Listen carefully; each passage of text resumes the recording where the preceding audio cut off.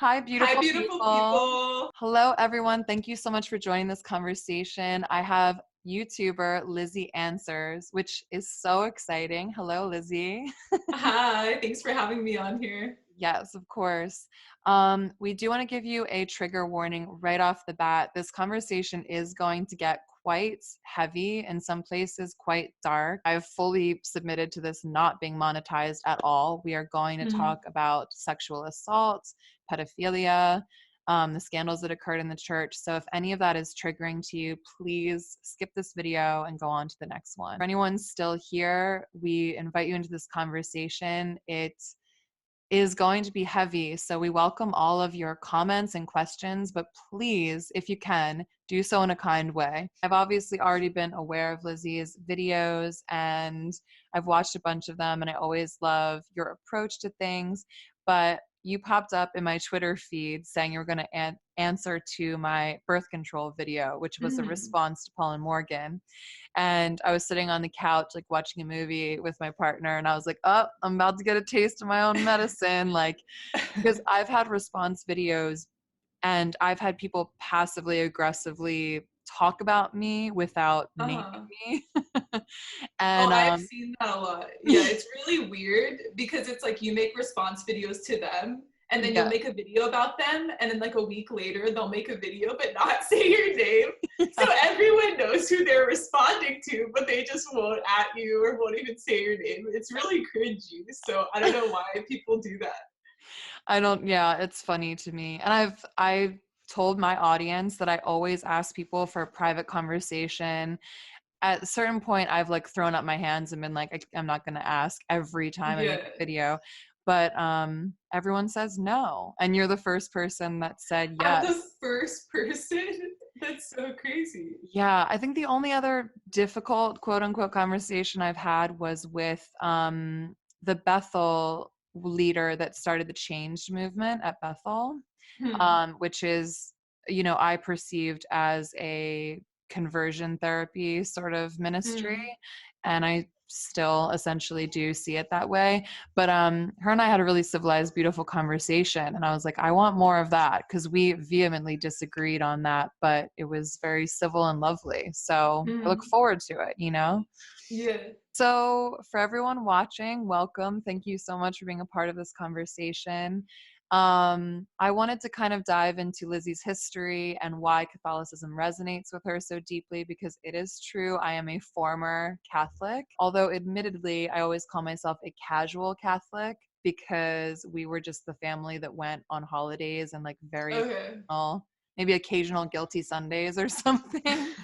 So I never dove into a lot of the things that I know nothing about, like active and permissive will, sola scriptura, etc. So hopefully you all will get a little education on Catholicism. But we're also going to talk about this birth control debate, because I think we still have some answers and potentially Mhm. like rebuttals to one another and our perception of this.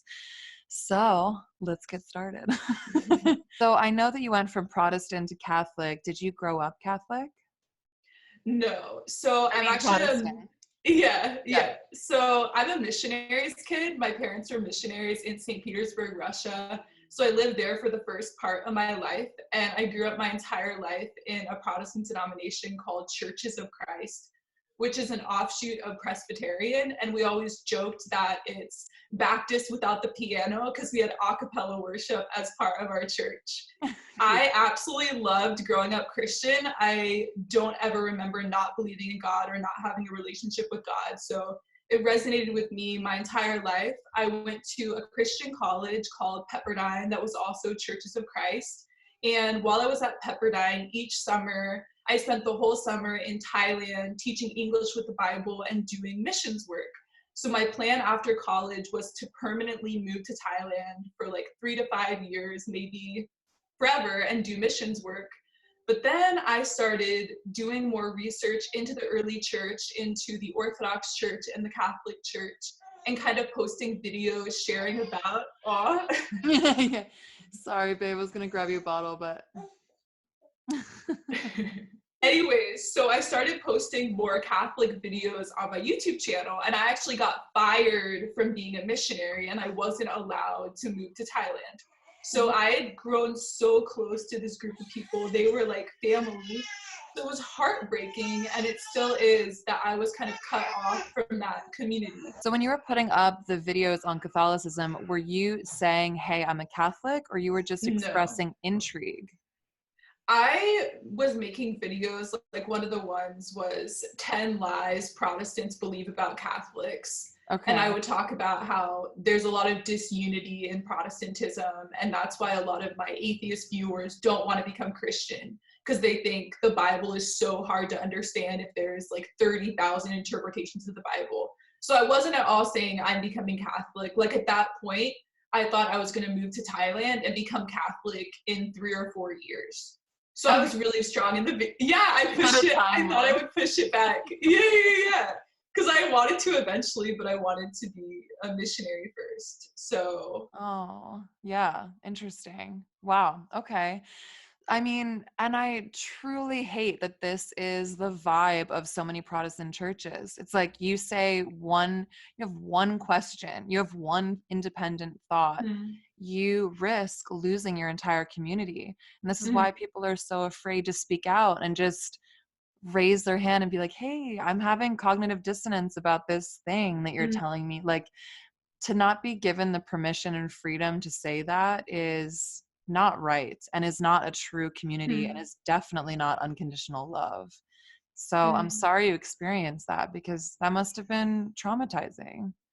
Yeah, for sure. I would like cry and cry and cry because I'd formed best friends there, and I was learning Thai, and I would dream in Thai. And it was just my whole like life in college was centered around I was going to move to Thailand. I wanted to be a missionary like how my parents were. And there were things at that church community that I like totally sacrificed and was almost dying to self. They were way more conservative than Churches of Christ in America, so women weren't even allowed to pray in public. Like if we were having lunch together, I couldn't pray over the food and thank God for our food. And it Why? was just because I was a woman. Because there's Bible verses, women must be silent in the church. I don't permit a woman to have authority over a man. So they took these verses literally. And so I But love this praying community over lunch in church or anywhere? anywhere. That's It was that's not accurate with the scripture, even if you did take it literally. yeah, that's a good point. They took it so far. That is insane. I mean, that's actually insane. Mhm. Okay. Well, how did it feel to be in such a repressive environment as a woman? I think that I was allowed to do teaching sessions with people who weren't baptized yet. So, like, the moment they were baptized, I couldn't do a one on one English session anymore. But in a lot of ways, it was the most beautiful Christian community. It was the best missionary setup and ministry setup I'd ever seen in my life. So many people were becoming Christians. It was such pure love. So it was like this one thing that was really hurtful, but everything else was so amazing and so Christ centered. And it was like they were all family with each other, and they were constantly spending time with each other, like meals together, singing together, writing songs together, just everything. Like they were constantly together. It was a collectivist culture. So like I was willing to sacrifice for that because I knew they were just taught that way. It wasn't like they were being malicious. It was just they grew up in this church. They were taught this about women's role. And so I just kind of sucked it up and dealt with it. And I was willing to do that for the unity of the church as a whole. Wow. But it was painful though, because I would accidentally pray because I'm used to praying, and I would get like taken aside and they'd be like, Liz, stop praying. Okay. I mean, I don't want to sound judgmental of anyone, but I mean that is so toxic, and I know that maybe you might choose to not take up too much anger on your own behalf for that Mm, sort of thing, but I have like this bubbling anger inside of me on your behalf. mm, And it's funny because the analogy that we're given in purity culture is actually coming to me in this specific scenario. We know when they say you have a cup of water that's perfectly pure, but you put a little dirt in it and the entire cup is tainted. That's Mm, actually how I feel about having a supposedly Christ-centered, edifying, community-driven church mm, and soiling it with the dirt of women's submission. Because telling you you're not even allowed to pray and communicate with your own creator, like the divine on your own, that's so insidious. And it's insidious mm. to your spirit. So, Yeah. and then also I call BS on the community aspect if they were so willing to kick you out for just having true No, questions. that's true. That's true. Like, yeah. I'm just sorry that you went through all of that. And also, I mean, just to encourage you, I wonder how edifying being a missionary in that sort of atmosphere would have been. Because if you go to be a missionary to preach the gospel to people, but that gospel is tainted with this Like elements of sexism. submission and sexism, then Mm, what are you really bringing to those people? The mm. same sexism, the same like toxicity. Yeah, looking back, I think it was almost a blessing because I think that I would have felt stifled over time. It was okay if it was one summer, but if it was years at a time where I wasn't allowed to teach as much as because I'm such an ambitious leader, teaching type person. I Yes, mean, I can look tell. at my YouTube channel, Yeah. and I just like my personality as a female is just very, very intense and ambitious and assertive. Yep. So, and it wasn't just that church. In the US, Churches of Christ, during our worship service, women are not allowed to preach, lead worship, read scripture, pray, even pass the collection plates. So a lot of people view Catholicism as sexist, but for me, Catholicism is so feminist. Like women can do everything. Women can read scripture in front of the church, lead worship, pass the collection plates. They can be youth ministers, campus ministers. Like besides being priests and bishops, everything else women can do. Women are so empowered and we can teach and lead. And from the very beginning of Christianity, women have been able to teach and lead. So, and I mean, there's doctors of the church who are women, so many women saints. So a lot of people who may have grown up in a more like balanced church will look at Catholicism and be like, oh, it's so sexist. But for me, from my perspective, I'm like, this is amazing. Women are so empowered. Like I have a role in Catholicism. So that drastic difference has been the most refreshing thing.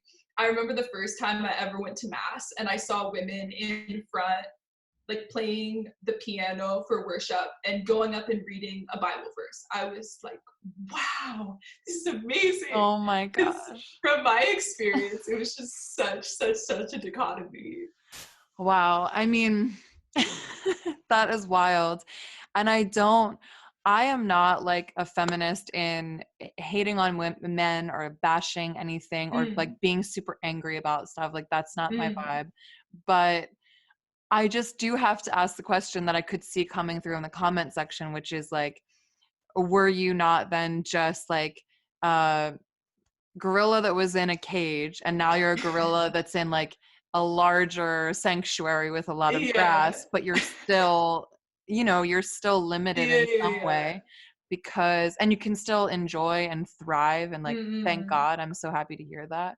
But does it bother you that in the highest positions, our genitalia disqualifies us from being there in the Catholic Church? That's a really good question. And I think that's a cool metaphor of like a gorilla with more grass. Yeah. I think that if I was a guy, I would probably want to be a priest, Mm, just my personality type. yeah. But the way we view leadership, it's servant leadership. So the Pope is the lowest person in the church. The bishops are the lowest people in the church because they're there to serve everyone else and to die to themselves. So I never view the Pope or the cardinals or the priest as kind of usurping authority from other people or pushing theology on them or taking all the power because we view leadership as the lowest person and dying to yourself and dying for your church community. So, which I mean, if you look at the very earliest church, the people who were getting put in the Colosseum and eaten alive by beasts the most and burned to death by the Romans were the bishops and the popes. I mean, if I'm reading a book on the history of the popes right now, and in the first and second centuries, like every 5 years there was a new pope because the leaders of the church were the ones getting killed the most. Oh my So gosh. Yeah. yeah, so now it's kind of, when I say die for the people, it's kind of a metaphorical thing, but throughout a lot of church history, they were the people who were literally dying for the communities because they were the leaders. Right. So I will say, I don't know, I guess for me it didn't bother me because there were so many places for women, but I think it does bother, it probably bothers some Catholics. I don't know how many, but everyone I know, like I'm a feminist. So many of my friends are feminists, and it doesn't bother them just because they're servants for us. But I would say that when I did become Catholic, I was wrong on so much. I had to change my beliefs on so many things. So it was just one of like so many beliefs I had to change my mind on. So Mm. being Catholic, you have to admit that there is objective truth on so many things.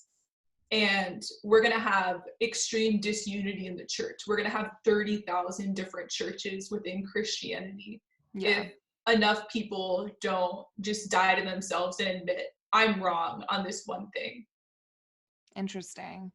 Yeah. And when you say die to self, the first element that comes up to me is celibacy. Hmm, What are your thoughts? Or who has to be celibate, first of all? And that's a what good are your question. thoughts on that? So currently in the Western Catholic Church, the majority of priests and bishops are celibate.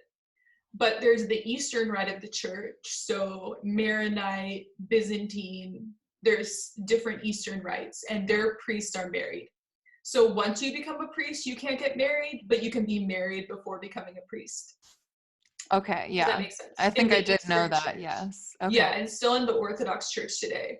Also, if you're a convert, so if you're like an Episcopalian or you're an Anglican family and then you become Catholic, you can become a priest and still have your family and have sex in your marriage. So throughout church history, there have been married priests and celibate priests. In around the like third and fourth centuries, the reason celibacy became so popular is because the priests chose to be celibate. They wanted to be celibate. It's always been something uplifted and so beautiful. I mean, Mary was a perpetual virgin, and St. Paul like loves celibacy. If you read through First Corinthians, St. Paul is like, everyone should be celibate like me. It's so freeing. You have all this time for ministry. It's amazing.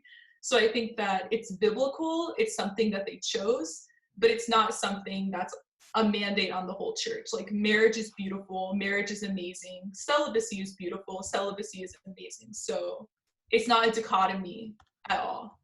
Okay. Yeah. And I hear you on all of that. And it's interesting because I was learning more about the monks and Mm, from specific teachers. Podcasts are such an amazing resource to hear from all of for these sure. people like I never heard before. So I, coming from purity culture, obviously had a huge like disdain, if not outright hatred, for the idea of someone repressing someone's sex. Wow. Yeah. It was like so heavy and so hurtful for me and Mm, so many of my friends that hearing someone has to be celibate to be religious in any way was just like making my skin crawl. mm, mm, But in listening to monks, like I wish I remembered his name, but he was talking about celibacy and how orgasmic it actually is for him, that his relationship with God is so profound and deep, and his mm. intimacy and his prayer life is so profound and deep that he feels almost like an erotic pleasure from his Wow. communication with God.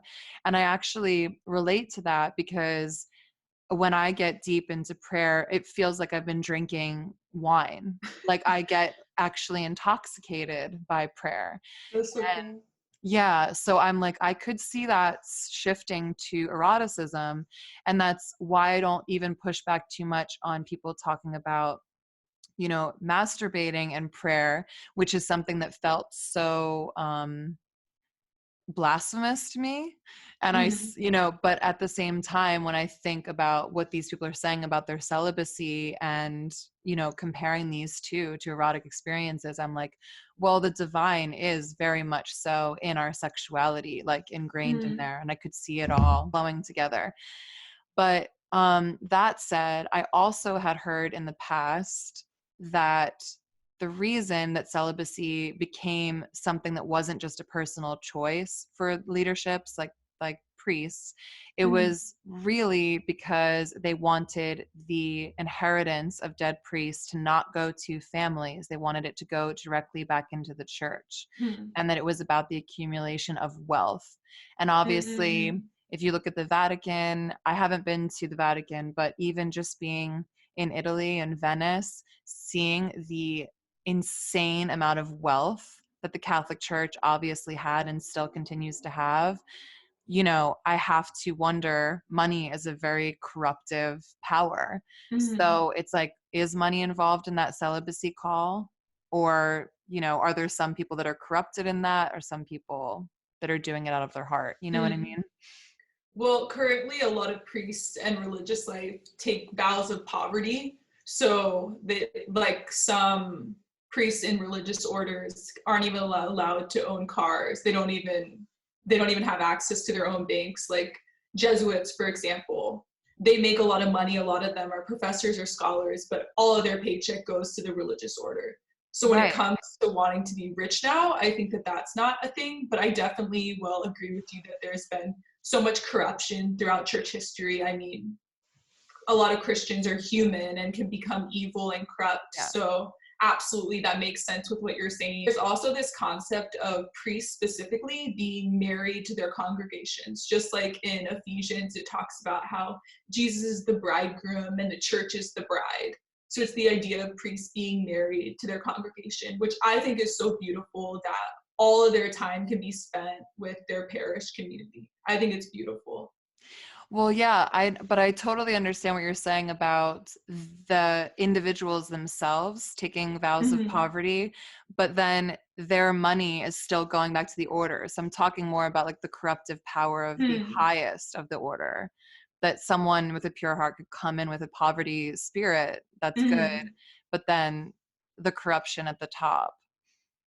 I don't Yeah, know. I'm not familiar specifically with like what's currently going on. I'm Yeah. sure there could be corruption, but yeah, I'm Yeah. just not educated enough on it. No, it's okay. I mean, it's just something to consider, which, really comes down to the root of why I have such a hard time accepting theology as absolute truth from the Mm-hmm. mouths of fellow human beings.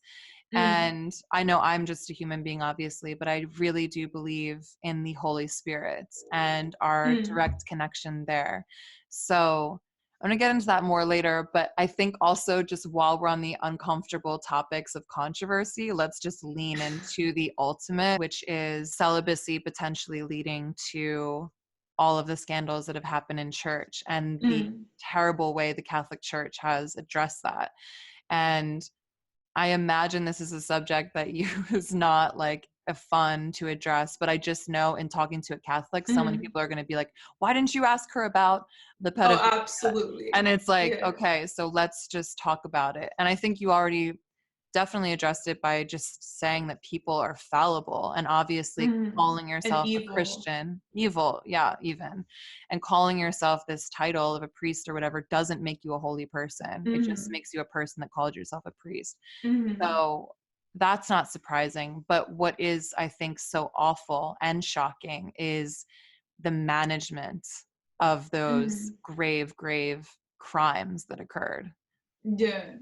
So do you see Well, like changes happening in the church of this finally being addressed properly? Because I, for one, am furious that there's not more people in jail, in prison for the rest of their mhm. lives for these things. Mm. Well, all of this happened.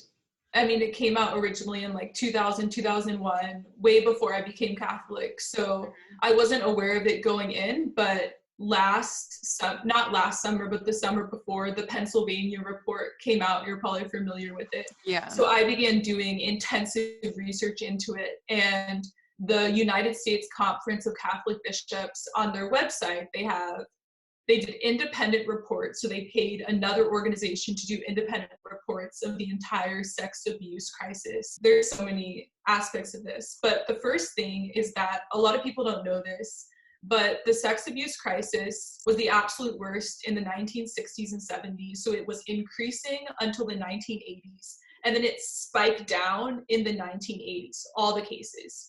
So a lot of the reports came out around 2000, 2001, but these were old cases. So that doesn't at all take away the evil that's going on. But currently, and since the 1980s onward, there hasn't been a problem of sex abuse in the church. It's everything that happened in the past. So obviously, you need to deal with everything that happened in the past, even if someone was sexually assaulted decades ago. It's still affecting their life. It's still evil. We still need to put priests in jail and do lawsuits. Ultimately, so many priests and bishops and popes will be in hell and get that punishment from God, but there also needs to be a punishment on earth. So absolutely, I mean, I'm not familiar with everything, but what the independent reports did come out with is that the reason for the sex abuse was not celibacy. That wasn't the main reason that it happened, which I think is really important because so many people say that celibacy caused the sex abuse crisis, but the reports concluded that that wasn't the reason. So what was the reason? The sexual revolution. They believe that was the reason. Wait, no. I have to, Isn't that weird? no, Yeah, I mean, I encourage you to read them.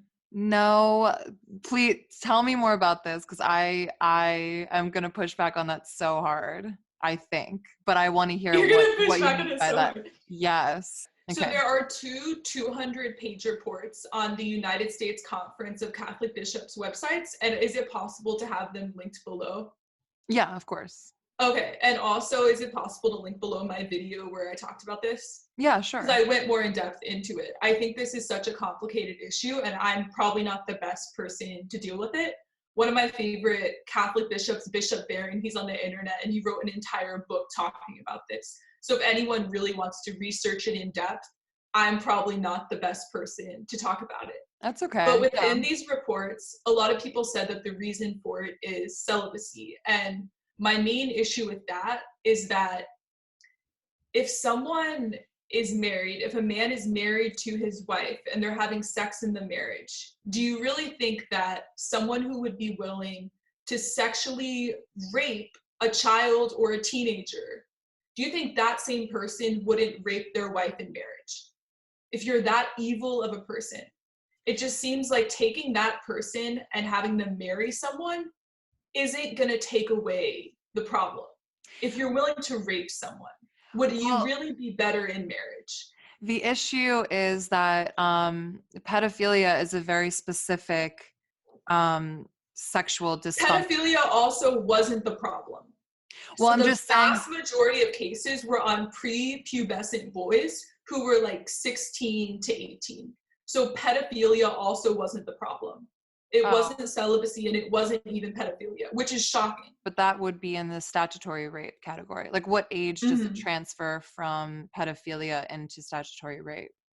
I'm not exactly sure the exact age, but I recommend just reading the reports because they have so many graphs and they just go really in depth into it. Okay.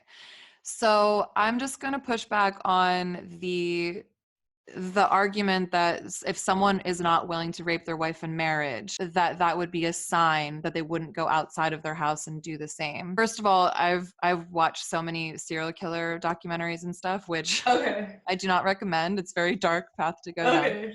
But I have a lot of education because of it on, the masks that people put on. A lot of times Hmm. people show their best face or they show, you know, a warped version of themselves that only exists, in their marriage and in the Hmm. way that they present themselves societally. Like Ted Bundy is a perfect example. When they found out he murdered all these people, they were like, Hmm. all of his friends and neighbors were shocked. His wife was shocked. He wasn't misbehaving in the confines of the life that he'd created to have this Hmm. face on for the world. And rape is not about sex. It's about power. And when it comes down to everyone's sexuality. It's not an Mhm. orientation. It's definitely a dysfunction. The desire to violate other people. Something else that the report concluded is that homosexuality was also not the cause. There were a lot of people who concluded, oh, we shouldn't have gay priests because of this, but Mm. the report concluded that it was not because of celibacy, it wasn't because of homosexuality, it wasn't because of pedophilia. So that's really important to see as well. That's Right. a horrible understanding of the situation. That's not what happened. Well, it's also a horrible understanding of homosexuality that's Oh, completely inaccurate. absolutely. Like, Yeah. and again, because I think the main distinction that we need to make is that if someone Mm. has the urge to be a rapist or a pedophile, that urge will not be satiated in the environment of consensual sex. So Absolutely. so it's not about, oh, these men were married, so they could have obviously just satiated that in the marriage. No, Mm. they obviously have this drive that is incredibly Mm. dysfunctional and terrible. And that's why doing any comparisons to homosexuality is also so incredibly inaccurate Mm. and very offensive to the LGBTQ community, Obviously, yeah. obviously. Yeah. Because again, it's all about consent. These are not consensual experiences. It has Mhm. nothing to do with your orientation. That said, who made this report? Research conducted by the John Jay College of Criminal Justice, the City University of New York. Okay. So the Okay. USCCB, which is the United States Conference of Catholic Bishops, and the Catholic Church had nothing to do with the study. It was an independent study, which I think is so important. I mean, yeah, that's very, very important. Mhm. Well, I would be curious to learn more about this because I will buy that it has nothing to do with celibacy or homosexuality. Mhm. Homosexuality, obviously, because that is a grave misunderstanding of Mhm. homosexuality, just full stop. But the celibacy part, I do believe that sexual repression can make people do some dark and dirty things. I do Mhm. believe that it has the ability to warp your mind in ways that you wouldn't Mhm. expect. And that said, it's hard for me to believe that a report or a study could actually quantify the results of celibacy on the human psyche. That said, I would still buy that it might not have been celibacy in many cases Mhm. because, again, having sex without consent is all about power. So it Mhm. doesn't come down to necessarily even the sexual drive. It is about something Mhm. completely different. So, but that said, I do believe that sexual repression can lead to Mhm. some really dirty, evil results. One more thing I want to say is that the Catholic Church keeps records of absolutely everything. So there's also sex abuse going on in Protestant churches, in Oh, yeah. Orthodox churches, in education system, but we keep records of absolutely everything. So that's why it seems like the numbers are so much higher in the Catholic Church, just because we've unveiled the numbers of what's going on and been honest about it, whereas other organizations don't keep the records. Right. But then that begs the question, why in the hell was it managed the way that it was? Terribly, like transferring priests from one church literally to Mhm. another with no warning of who this person is. Like they were not Mhm. only not prosecuted, but they were not removed from their Oh, position. absolutely. So the Why? psychiatrists at the time recommended that. They were going to non-Catholic psychiatrists, and they said that after therapy sessions with psychiatrists, you could cure the tendency in them to rape teenagers. So for some reason, psychiatrists back then were recommending it, non-Catholic psychiatrists. Secular mental health professionals were recommending it and said that you could cure it.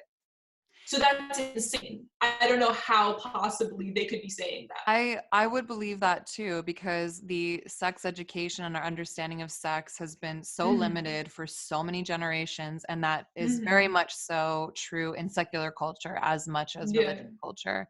That said, still makes me want to throw my middle fingers up and say, aren't you in communication with the master of the universe? Were you not receiving your divine wisdom that you Mhm. needed to protect these children and get these people the hell away from them? I'm not buying that pass the blame on to someone else Mhm. if you have divine revelation. Mhm. I mean, it's really infuriating because it's destroyed so many lives. And even still, Absolutely. like if they had a recommendation from a psychiatrist or a psychologist, there's still hundreds, if not thousands, of cases of abuse of power through non-consensual sex, whether it's pedophilia or adult people. Mhm. So is that to imply that at the very, very top tier of the church, they receive this information and that information trickled down to all the churches? Yeah, again, I don't think I have all the answers about this. I really recommend reading the Bishop Barron book where he went into it and to read the studies of what happened. But obviously, it's absolutely just so evil and traumatic and harmful. And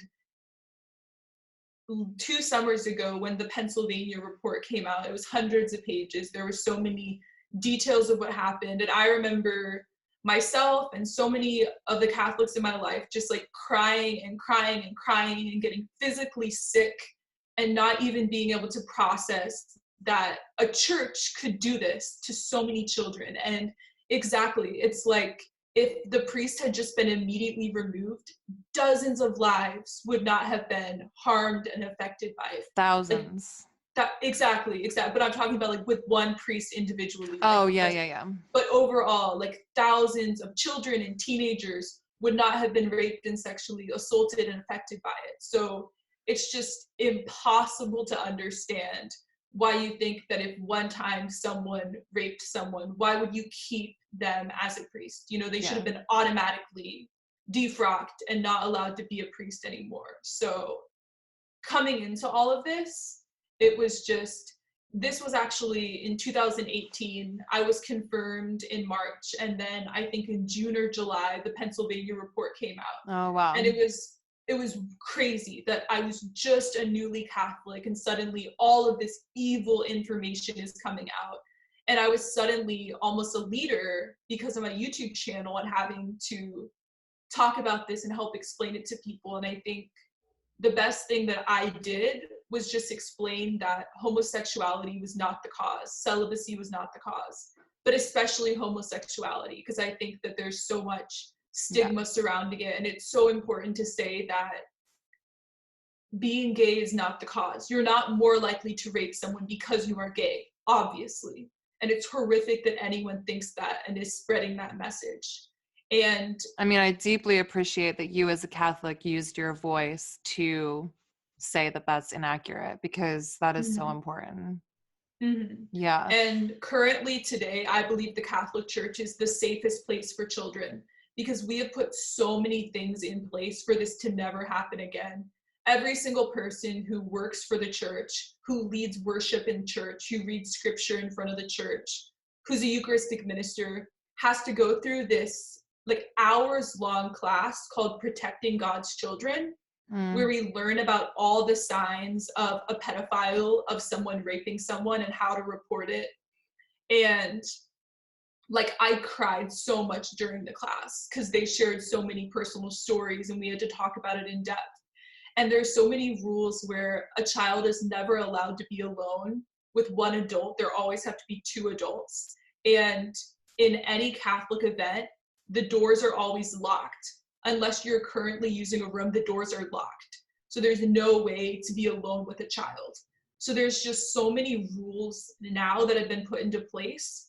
And I'm so proud that from now on, from the 1980s onward, this isn't going to happen again at the magnitude that it will. People immediately get fired. It's the safest place for children now. So I you can, mean, listen, I have to say I'm so grateful to hear that, because Protestant denomination is not taking it anywhere near as seriously, and I know it happens there. Many people in the God is Great community write me that have been raped by pastors, preachers, teachers that they trusted, and I do not see anyone taking it seriously. Like there's so much pragmatism to the Catholic Church. I can tell that they put their money where their mouth is. When there's an issue, it's like faced head on, and that includes the issues of doctrine. You know, when there are advancements in technology or like birth control, which we'll get into eventually, you know, that they are actually facing that head on and addressing it and like looking at it from many perspectives versus just like being like, oh, here's one Bible verse like the Protestants do. I'm not satisfied with plucking Bible verses anymore. I want to know way more deeply. If you're telling me something that is creating cognitive dissonance in me, I want to know Mhm. way more Mhm. than a Bible verse. The last thing I want to bring up is you said it was a result of the sexual revolution. I know So that we could talk about this for hours. I It's such know. a kind of an audacious claim. I get that. Well, it's okay. And also, just to clarify for everyone listening, like, I hope you know that I'm not trying to go hard on you, and I'm not Oh, expecting, absolutely not. yeah, I'm not Yeah. expecting you to like answer for the entire Catholic Church just because it Mhm. resonated with you at a certain point in your life and you're Mhm. loving it now. But the righteous anger that I have coming out is Oh, just not absolutely. directed towards you at all. Mhm. And that said, I'm not asking you to just justify every claim that's made, but I Mhm. am curious, saying it's about the sexual revolution, is that to imply that because society had concepts of free love and promiscuity was more acceptable, etc., that these priests were compelled to react to that by having non-consensual sex with people? I guess it's, the smallest minority of the population can take something too far.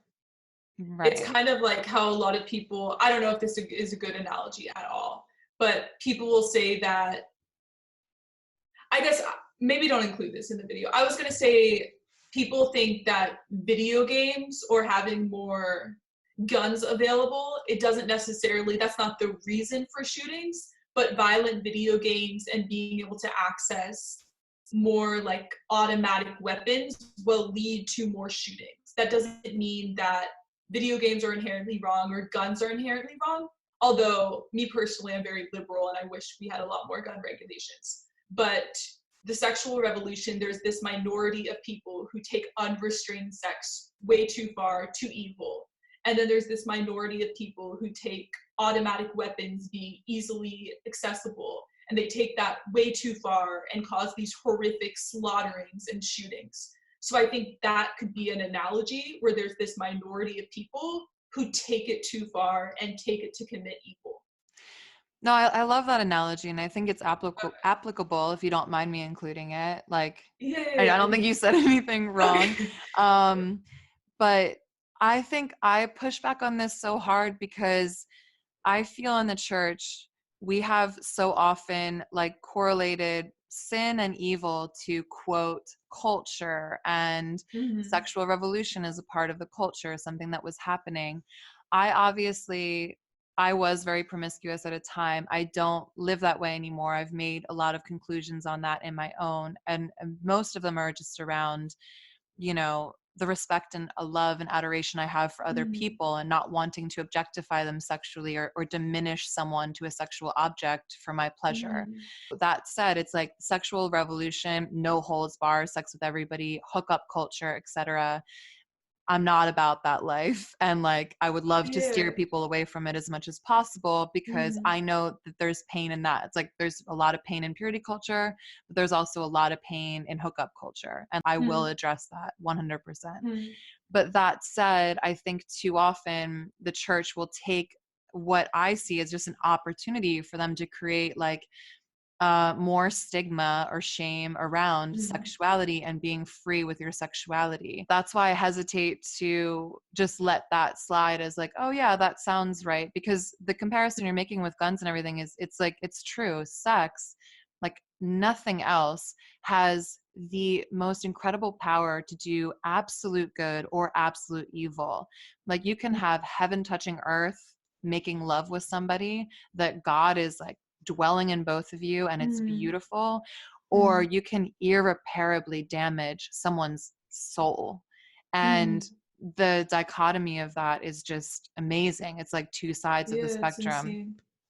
But that said, it's just completely saying sexual freedom and emancipation is going to lead to all this darkness is not fair, in my opinion. And I Mhm. don't think that's why it happened, because again, pedophilia and non-consensual sex, rape, are not about sexual desire necessarily. It's Like, Mhm. from what I know, they say it's always about power. So I don't know. I mean, again, I'm like acknowledging you don't have to answer Yeah. for all of this. Recommend reading like the 200-page study. The John Jay report concluded this Okay, for a lot of cool. reasons. All right, amazing. And I mean, I would love to read that. I'm very, very Mhm. curious. Okay, maybe let's lighten up a little bit. I'm like, Okay. everybody shake it off, get a little palate cleanser. You are saving a sexual experience for marriage. Or Yeah. for never if I never get married. Okay. Yeah, yeah. And I mean, I think it's amazing that you walk out what you talk about. And I obviously am very familiar with the doctrine and how and why you've come to that conclusion for your life. And I deeply Mhm. honor and respect that. I feel like people's burning question would be like, is it hard? You've been in a 3-year relationship. Yeah. There's so many YouTube videos about like the boundaries in dating, and I've heard so many horny messages from non-denominational pastors that are like, me and Yeah. my wife have the best sex ever. It's just like over sexualized. Yeah, I'm Mhm. just curious, would you be comfortable sharing your journey of like its Yeah. difficulty or whatever? So I'm not at all like girl defined where I'm against kissing before marriage. So Okay. we do kiss each other and we cuddle and we have a physical relationship. But for us personally, it's not that hard because we're very logical people and neither of us are impulsive or we don't have like addictive personalities or are hedonistic. And I don't say that in a negative way. Like, I think it's beautiful that people are impulsive and more emotional, but neither of us are like emotional people. We're very rational and logical. I can So tell. for us, okay, yeah. So for us, it's pretty easy. And I think that because we're vehemently against birth control and contraception, if we had sex, we could get pregnant. Yeah. So I think that that's a really good, I mean, it's like we would never use that, so we could easily get pregnant. Yeah. So that's an easy thing and an easy way. But I would say too that I prayed a lot at the beginning of our relationship that we would stick to those boundaries. And like early on in our relationship, when we were, the most passionate about it, I would pray even while we were kissing, like as we're kissing or making out, like I would pray that we would maintain those boundaries. Oh, But I I mean, like that. yeah, yeah, yeah. I mean, So that's like inviting God into your sex life, and I'm all about that. Yeah. okay, yeah, yeah, yeah. So we agree in that. Praying while making out, that's such a Christian thing, but to the world must be so weird. Everyone's like, you weird nerds. No, Yeah. it's funny because in the completely opposite way, I guess, but like I was so compartmentalized with my sexuality because I was having Mm-hmm. promiscuous sex and like not I actually genuinely had the feeling that when I would go into my bedroom to have sex with somebody, that I'd be like, God, you stay out here. Like literally close Mm. the door and be like, don't come in here. I'm sinning. And I see it very differently now, but also I realize how tragic that was for me to do because it compartmentalized me into a sexual being and a spiritual being. And Mm-hmm. I truly believe those should always be aligned Mm-hmm. for every element of your health, Mm-hmm. especially your sexual and spiritual health. Mm-hmm. Um, so yeah, I'm just saying that's cool. I like it. But this is also a good segue into the birth control conversation because Mm-hmm. I don't know if you know, this might have been a slip up, but you said it would be very easy for us to get pregnant. So What the do you reason mean it would be easy for, say again? you said if we have sex, it would be very easy for us to get pregnant. What was I saying that in context of? Because you're right, I could have like done a slip up No, because it yeah, it wasn't a might. scripted video. It was like an outlined video and not scripted. So I think I easily could have made a mistake and Oh said, no, I mean you said it right now to me. You "Oh, I said, said it just now." yeah, which I'm not Oh, holding because your we're not using birth control or contraception, it right. would be. But you're saying it's harder to get pregnant. No, I'm just saying I'm not holding your feet to the fire on this, but Okay, what I'm bringing up the right feet now to is the that fire. you said that it would be easy to get pregnant if you guys were not using birth control.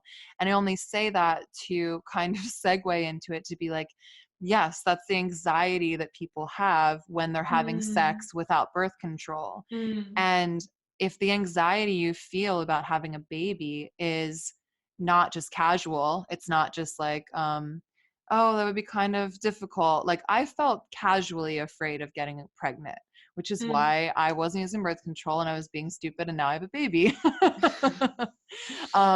And when I say being stupid, I mean using the pull-out method, like the least effective method of birth control. Mm. So I obviously wasn't in a dire circumstance where my finances would be in grave risk. Although if you watch my Mm. video rebuttal to you, I did all of a sudden realize after I was pregnant that it could cost up to Oh, $120,000, absolutely. Yeah, which actually it's would have wild. demolished my Yeah. financial life. Like that would demolish my financial life. I would be in debt for Mm. God knows how long trying to pay that off. Mm. So, yeah, maybe I take back my sentiment and be like, pregnancy was an enormous risk for me financially, but there are people Mm. that have it much worse. Not only do 70% of abortion clients say that they did it because of finances, but a Mm. huge majority of those same people already had children. And that's why I hate Ben Shapiro's Oh, conversations on me too. Yeah. off Zero like compassion. yes, and he comes off like people are always saying that he's like balanced and he's he cares about women and everything, but it's the most misogynistic approach that he takes, always being like, well, you just should have kept your legs shut, and you're just like, dude, Mm. shut up. These people having abortions are women that are looking at their 3 existing children Mm. weeping and Mm. saying, what am I going to do? I can't do this. And Mm. bringing another child into her life with $120,000 debt to And now, not having maternity leave as well. We don't have maternity leave mandated in the country. yeah, it's true. So she might lose her job, whatever. So Mm. she was making that sacrifice, so many of these women, and I've watched videos, I've heard stories in person where they're like, I am sacrificing this child within me so I can provide for my actual children Mm. that I'm looking in the face right now. Mm. So all of that said, I am going to kind Mm. of hold your feet to the fire of saying it Mm. would be easy, because I'm just curious, do you actually believe getting pregnant is still so easy when you're utilizing natural family planning, which is what you guys Mm. would use? Yeah. Do you believe it's easy to get pregnant under that method? Mm. So there was a German study, which we can also link below, and they said that natural family planning, when done correctly, which is difficult to do correctly because Right. you don't just like take a pill every morning, you take your temperature every morning, you look, this is kind of like graphic, but you look at your cervical mucus. Ew, Um, no. yeah, Yeah. the guys watching might think that's kind of odd. But there's even something you can do where you pee on something and then put it in a machine and it tells you exactly when you're ovulating. So anyways, we're at a point now where I think it's like 99.5% success rate or something, just as much as the birth control pill, if done correctly. So natural family planning is extremely, extremely accurate how we're Okay. doing now. And But one thing I want to say, because you just said a lot of things and I thought of a lot of things. So my boyfriend and I, if we were Protestant, would have been married by now. But because we believe, because it's so difficult to bring a baby into the world and to afford that and everything, we're posting back marriage until we're each at a better financial situation, because he's currently a PhD student, so he doesn't have like a full income. He has his stipend, obviously. But mhm. together, we're not at the financial state that we want to be in before bringing a baby into the world. So we're not going to get married and not going to have sex until we're at that financial level. Does that make sense? Yeah, absolutely. But it also goes to show how concerned you are that you could get pregnant by accident, which I think is a really important thing to Hmm. realize. For you, it probably wouldn't be dire. I would obviously, that would be an Well, for interesting YouTube me, video for you to come out and be like, so I I slipped up. actually, it kind of is dire for me because I have bipolar disorder, type 1, which is Oh, the more severe. So I'd have to go off all of my bipolar meds if I got pregnant, which wow. could, I mean, I have suicidal thoughts and stuff, and I do dangerous things in manic episodes, so it literally could be life threatening. So that's another reason why, even though Wow. it has like this 99% success rate, like that 1% is I'm off my meds. Wow. So I want to be at a really healthy place Yeah. before getting married and like the smallest possibility of being pregnant. Gotcha. Sorry for assuming that it wouldn't be a big deal for you. Oh, no, it's okay. No, I Yeah. really appreciate you sharing that with me, because I mean, that's why it's all so interesting, the debate, because, you know, you are so not fearful. You are being very like pragmatic and intelligent about it. And I do commend that. And I think, but it's interesting that you still are so wary of pregnancy Mm, despite NPF and like your ability to actually do that every morning and mm, be strategic about it. Like, it just shows me that you're concerned the method isn't as effective as presented. mm. It's And then, also theological for me. Like, I believe well, that yeah. marriage and having a child is like so intertwined. So when I get married, I want to immediately get pregnant. That's how I view it theologically. So Okay. some people are less conservative than I am, and they view it as, and the church does allow you to, like, once you get married, wait to have children. But I'm more conservative about it, and I view it as when I get married, I should be ready to have a child. So that's Right. part of it too. It's not only like fearing getting pregnant, which I don't like the phrase fearing getting pregnant, because it should Well, be a yeah, no, I know. positive thing to I get know. pregnant. But obviously, like, it is a risk to people with health conditions and stuff. But yeah, I just view it as when I get married, I should immediately want to have a child, because sex and marriage are intertwined with each other, if Okay. that makes sense. Yeah. And I'm a very mystical Christian, so I relate to that reason far more than, you know, the former. But I just want to point out that there does seem to be a wariness around that Yeah. method, And I you know, where hadn't you done still that feel like it's much a risk. research into it either.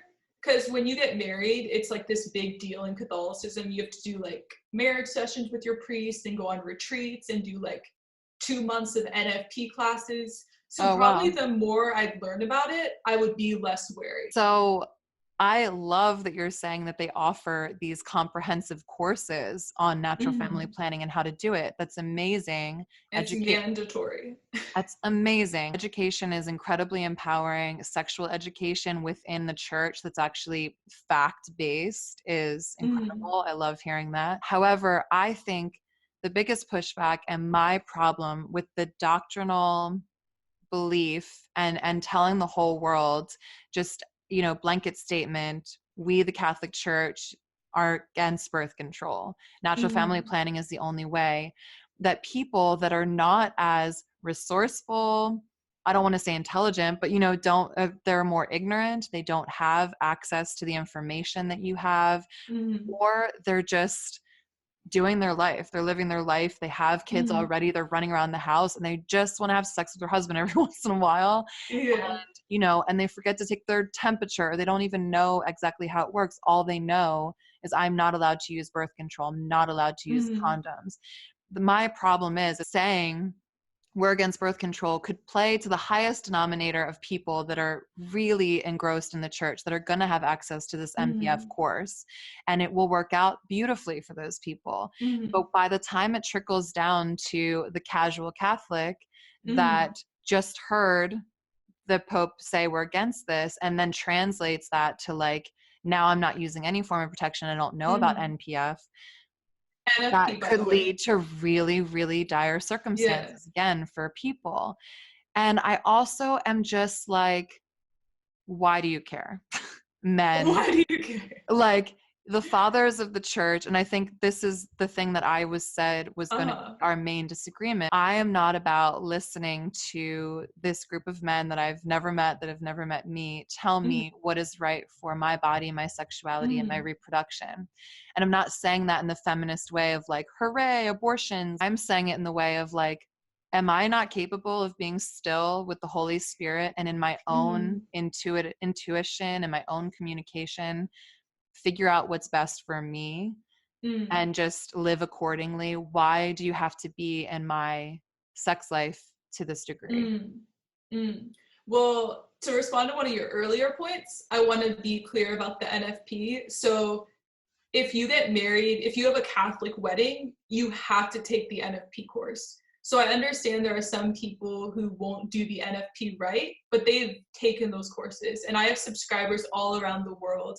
And I've gotten messages from Brazil, Mexico, Uganda, India, they have NFP classes too that are mandatory. So as far as I know, globally, everyone has to take, maybe not in every country, but in a lot of countries, everyone does take the NFP classes, I mean, and there's amazing. so much education about it. So That's awesome. yeah, but I would also say that to understand the no birth control and no contraception teaching, you have to understand our entire sexual ethics, which could be a 5-hour conversation. Yeah. So it doesn't make sense to not use contraception if you're having sex before marriage. It doesn't make sense to not have contraception if you don't understand that sex is unitive and procreative. It doesn't make sense to have no contraception if you don't understand the entire teaching magisterium of the church and why we have tradition and why sola scriptura is wrong. It's like a 4-hour conversation to understand everything. So I think when you look at this as just one part of our sexual ethics, it doesn't make sense because Right. you're not seeing everything as a whole. And then I would also respond by saying that just because men are saying it doesn't mean that it's not true. And we Sure. believe, Yeah. yeah, we believe that the apostles are the ones who taught the next generation of Christians, and that Jesus taught the apostles. So I want to read a Bible verse real quick that talks about the need for oral tradition.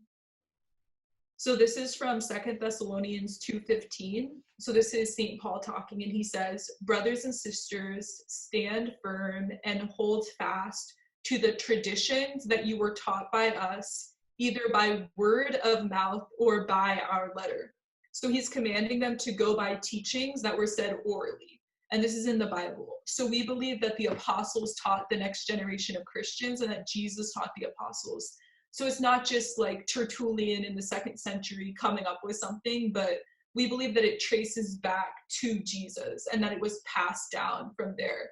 So a lot of people see, like when I was Protestant, I saw Catholic tradition as just like making something up in the 4th century or like making it up in the 1800s. Yeah. But we think that it actually traces back to Jesus. And everyone tune into me and Lizzie's collaboration because we're going to dive Yeah. into all of this for her channel. Yeah. I won't muddy this conversation with that conversation. I think the last thing I need to say on this or bring up is the AIDS epidemic in Africa, Mm-hmm. because like tragically, horribly, Mm-hmm. a lot of that was traced back to Catholic ministers and people coming into that region and saying birth control was immoral and not Mm-hmm. allowing people to use condoms. Mm-hmm. I have a huge problem with that. I'm realizing this is what it comes down to for me. Like, your personal held beliefs are so beautiful to me. And the way you honor the tradition and the way you honor and believe that these teachings are passed down from Jesus and that these are honorable people that are doing their best to interpret how Jesus would react to things like birth control. I'm just looking in the real world and the results that that kind of teaching has on people that are not as educated as you are on these subjects. So to me, it's like, look at the fruits. The fruits of this anti-condom doctrine led to death, led to disease, led to innocent children being born with HIV. It's a disaster. And I just have to question the morality of that. I have to say, how could they have come into that region doing that? And I'm sure it might have been done with all the purity of their heart, with all the understanding that you're bringing to the table.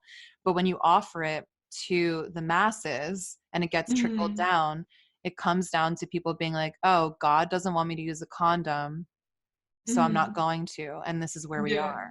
Honestly, I don't think I'm educated enough on the situation to give a good response, just because this happened way before I became Catholic. And I mean, I read and research every single day to understand more and more about our history and our theology. So one thing I will say, though, is that even priests can teach the faith in a wrong way.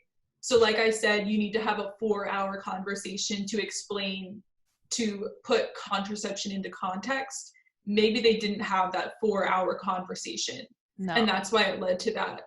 Because if someone came in and they said, we're against birth control and contraception, but then they didn't say, oh, by the way, also only have sex in marriage. Oh, by the way, use NFP. oh, by the way, you don't have to have 15 kids to be Catholic. Like, if they didn't explain all of that, that could have led to it. So maybe they were missing the 4-hour conversation and explaining it in a horrible way. That's the only thing that I could think of.